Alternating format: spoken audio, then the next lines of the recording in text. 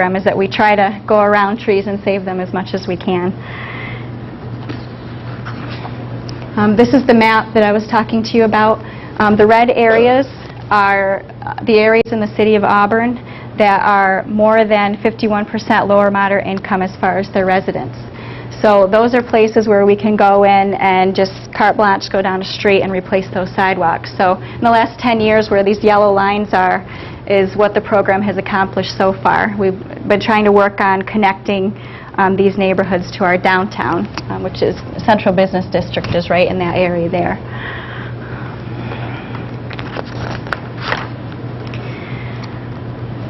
Another thing that's close to my heart is the work that we do with not-for-profit agencies, and they provide public services for low-income people in our community. So we provide a range of services from at-risk youth services.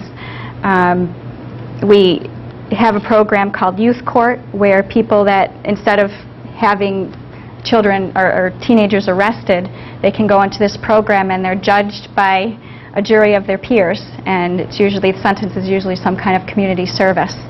So that's a program that's really worked well in our community and trying to keep teens out of the criminal justice system.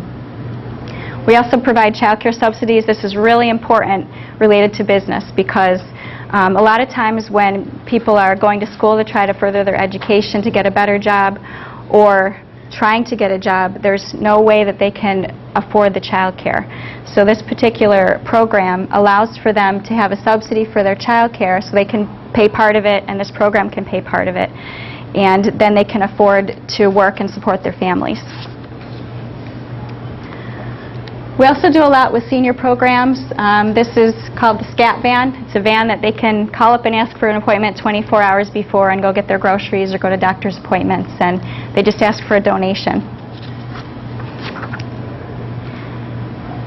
Another thing, as Professor Bates mentioned, that I've been involved in is work with people who are in need of housing. We have a program that assists people with emergency hotel stays or security deposits. We don't have a shelter in our community. That's something that we're working on.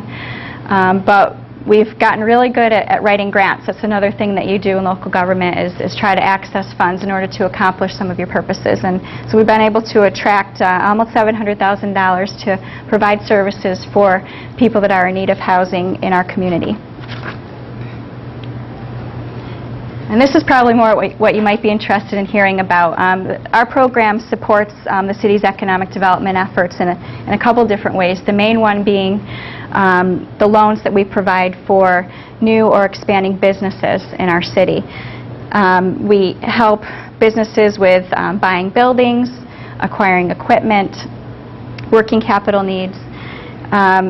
This past year, we funded a business. This is called Auburn Leather Crafters, and kind of their claim to fame, if you remember the Oklahoma City bombing in 1995, they provided booties, leather booties for the dogs to wear as they were searching through the rubble. So they do dog collars and lots of different things like that.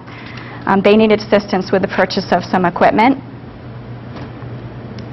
And this was a loan to a company called Inmec Fabrication. They're a sheet metal fabricator. They're a new business that just started up this past year. We provide loans in the range of, from $5,000 depending on the size of the business, and we've done loans up to $500,000 for businesses that needed assistance, mostly with equipment or building acquisition. So this program has specifically allowed me to use some of the finance and accounting aspects that I learned here in my MBA program. Earlier in my career, I did the underwriting for this program where you have to review the company's financial statements, analyze them, also make sure that the increased sales from the equipment that they're buying can cover the debt service for either a bank loan or your loan or that in combination. So that is one way that I've been able to use some of the education that I got is these particular programs here. I just wanted to talk quick about a couple of Auburn-specific items as far as the economic climate there. I was looking at the Department of Labor website and noted that there's been 100 new jobs created every year for the past 3 years. When I talk to our economic developer, who I share an office with, she talks about Auburn being slow and steady growth. If you talk to an old-timer in Auburn who saw some big companies go out in the 50s, they'd say, Auburn's dead. There's no jobs here. But we have all these little companies tucked in the little nooks and crannies that have 5 employees, 30 employees, 50 employees. So we really are providing the jobs, and what's really great about it is the smaller companies make the economy a little more stable, because if one of them goes out of business, the dip in employment isn't as big as if you have a big company go out. So some of the things that I'm hearing about recently with Ford cutting 75,000 jobs, that kind of thing doesn't happen in Auburn because our companies are a little bit smaller. Our unemployment rate is among the lowest it's been in a while at 5.3%, and that's even happening as we're losing population.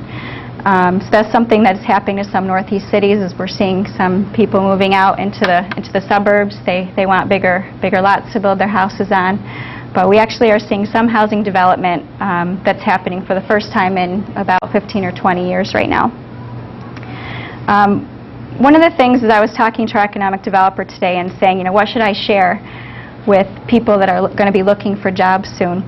She was saying, make sure that everybody remembers, as we do every day, that it's our responsibility to continue learning every single day. One thing that she does really great that I need to do more of is she reads.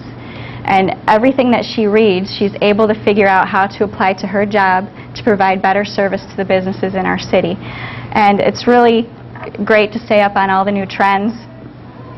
So I'm learning from her that it's really my responsibility to be a lifelong learner and to direct myself in my learning.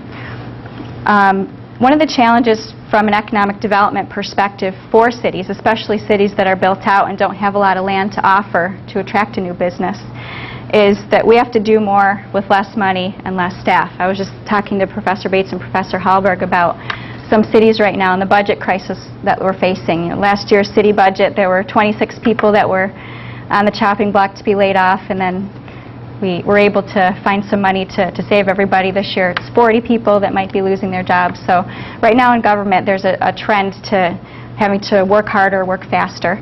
So that's one of the challenges. One of the things that you'll also hear in the business community is the cost of doing business in New York State is high. Energy, workman's comp, cost of health insurance, and a range of other things. It's really tough for businesses right now. The other thing that I was just talking about too is that a lot of times, even though there are good things happening in our community, there's negative perceptions from people in the community about how things really are. So one of the things that we try to do from our office is kind of be the cheerleader and say, no, Auburn is not dead. We have a lot to offer.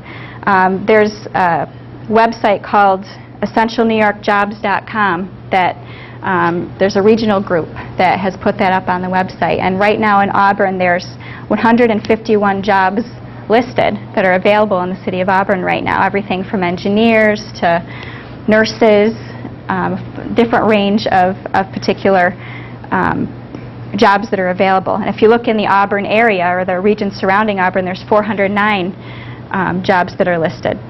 And I asked my friend to look on the website. I said, how about the 12-county region that this particular website serves? So Central New York region, 12 counties around Auburn, 8,599 jobs currently listed on the website. So essentialnewyorkjobs.com. Come work in Central New York and the Finger Lakes region, because we have jobs for you. Another thing that my friend learned at a